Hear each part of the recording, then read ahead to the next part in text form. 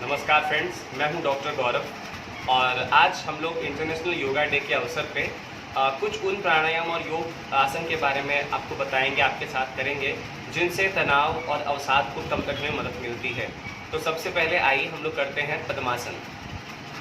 पद्मासन के लिए अपनी जो दायां पैर है वो बाईं जंघा पर रखें और जो बायां पैर है वो अपनी दाईं जंघा पर रखें। इस प्रकार जैसे मैंने रखा है ऐसे करके हाथों को इस प्रकार रखिए और ओम, या आप अपनी सुविधानुसार अपने आवाज़ पे फोकस कर सकते हैं, अपनी सांस की गति पे फोकस कर सकते हैं। मैं शुरू करता हूँ।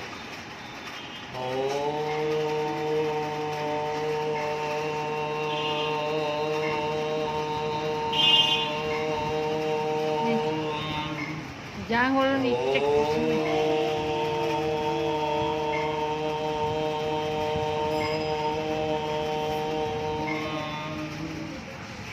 अगर किसी से इस तरह से नहीं हो पा रहा है, जैसे इन्होंने नहीं कर रहे हैं, तो आप सुखासन का भी प्रयोग कर सकते हैं।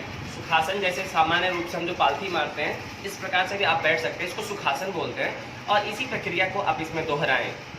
अपने जो याद रखिए, जो आपका जो बैक बोन है वो बिल्कुल स्ट्रेच होना चाहिए और आपके हाथ बिल्कुल घुटनों पे होने चाहिए और ये अभय मुद्रा में होना चाहिए और आप आराम से दिमाग को रिलैक्स करके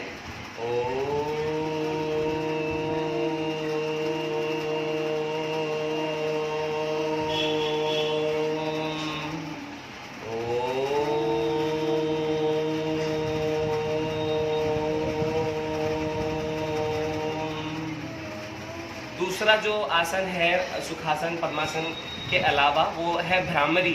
ये भ्रामरी एक तरह से आप प्राणायाम है जिसका प्रयोग करने से आप अगर सप्ताह में प्रतिदिन नहीं कर पा रहे हैं, अगर आप ऑफिस में बहुत ज़्यादा स्ट्रेस्ड हैं, आपको किसी बात की चिंता सता रही है, तो आप इसको अगर करेंगे तो आप थोड़ी देर में बिल्कुल एंजाइटी से फ्री हो जाएंगे, स्ट्रेस फ्री हो सकते हैं। इसके लिए अपने जो हाथ हैं इनको जो आपके जो पोस्चर जो स्कल है इस पर रखें इस तरह से, और जो अंगूठा है इसे आप कान का जो छेद है इसको बंद कर सकते हैं।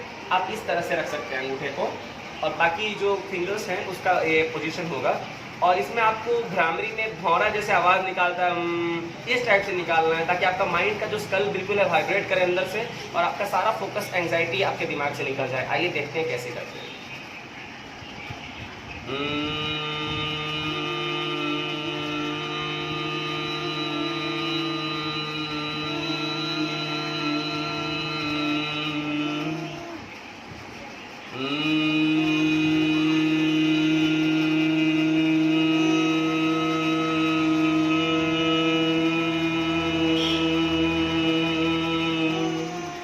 इसी प्रक्रिया को अगर हम 8-10 बार दोहराते हैं तो आप फील करेंगे खुद ही कि आप काफ़ी ज़्यादा स्ट्रेस फ्री हो सकते हैं।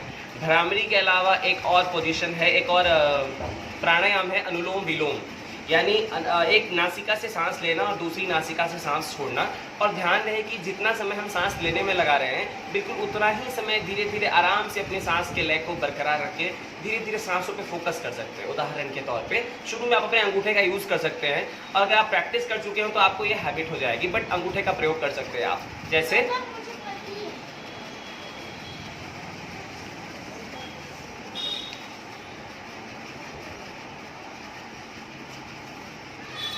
अब इसी प्रक्रिया को दूसरी नासिका के छिद्र से दोहराना है।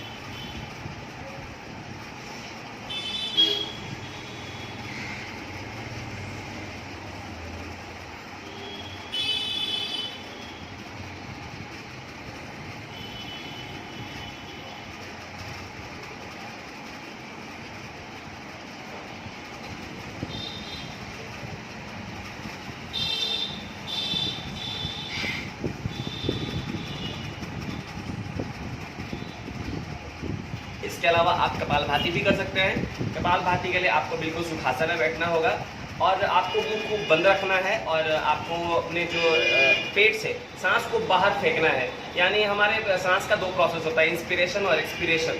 तो हमारा जो इंस्पिरेशन होता है ये एक्टिव होता है, एक्सपिरेशन पैसिव होता है। यहाँ पे जो ये कपालभाति है इसमें जो हमारे श्वास निकालने की प्रक्रिया है यानी एक्सपिरेशन वो एक्टिव होगा और जो इंस्पिरेशन है वो पैसिव करना है इसको।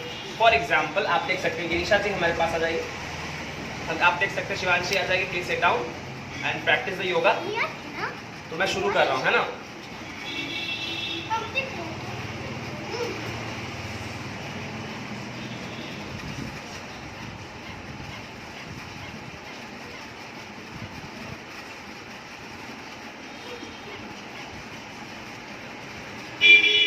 आपको अपने पेट को अंदर रखने में मदद मिलती है, आपका दिमाग का फोकस बढ़ता है, आपका स्ट्रेस कम होता है।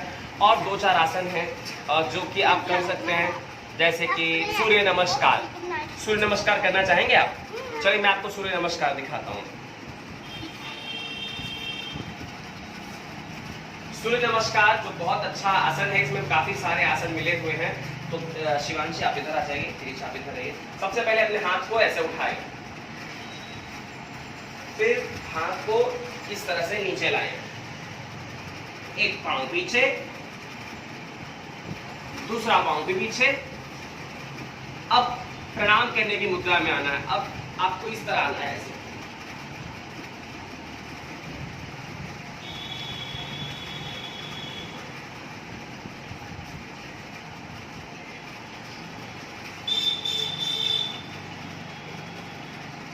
ये है सूर्य नमस्कार।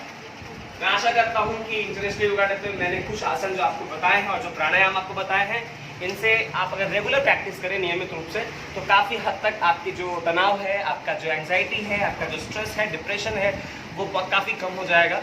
और फिजिकल फिटनेस और मेंटल फिटनेस दोनों को हमें साथ लेके चलना है, दोनों एक दूसरे से जुड़े हुए हैं। आपको ये वीडियो कैसा लगा मुझे ज़रूर कमेंट बॉक्स में बताएं। अगर आपको अच्छा लगे तो अपने फ्रेंड्स के साथ शेयर करें। नमस्कार।